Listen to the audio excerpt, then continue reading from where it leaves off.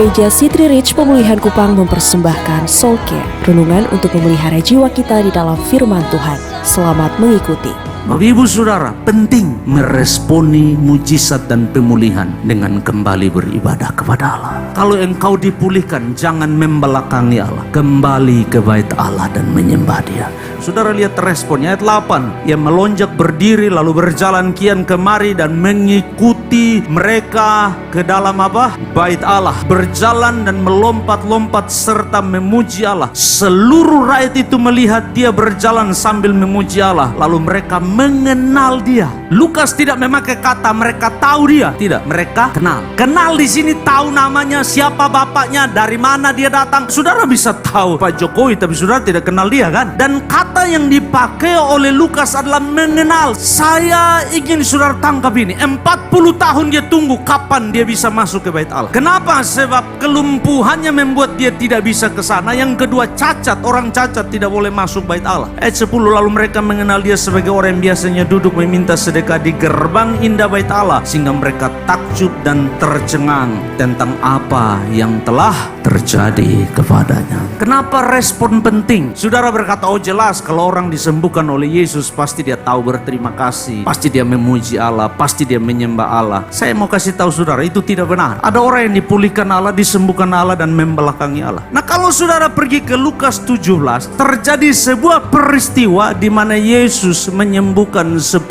orang kusta. Saudara tahu ceritanya? Bagaimana Yesus menyembuhkan mereka? Yesus tidak sentuh mereka. Yesus hanya bilang, pergi perlihatkan dirimu kepada para imam. Waktu mereka balik belakang dan jalan pergi kepada para imam, mereka mendapati mereka sudah sembuh. Waktu mereka sudah sembuh, berapa yang kembali kepada Yesus terima kasih? Satu yang kembali. Yang kembali ini orang Yahudi? Bukan, dia orang Samaria. Yang Yesus bilang, dari kalian semua hanya ini orang asing kah yang kembali? Orang Samaria di mata orang Yahudi itu orang asing, orang kafir. Di Kisah Para Rasul, Lukas mau kasih tunjuk, masih ada orang Yahudi yang tahu terima kasih. Ini loh satu orang lumpuh ini. Lukas sedang memberi kontras yang luar biasa. Jadi begini Bapak Ibu Saudara, respon kembali kepada Tuhan itu wajar dan tidak wajar pada saat yang sama. Wajar kalau orang itu tahu diri, tapi tidak wajar kalau orang itu tidak tahu diri. Kenapa Bapak Ibu Saudara? Sebab Lukas lalu membuktikan bahwa 10 orang kusta, 9 tidak kembali dan 9 ini orang Yahudi. Satu yang kembali ini orang asing.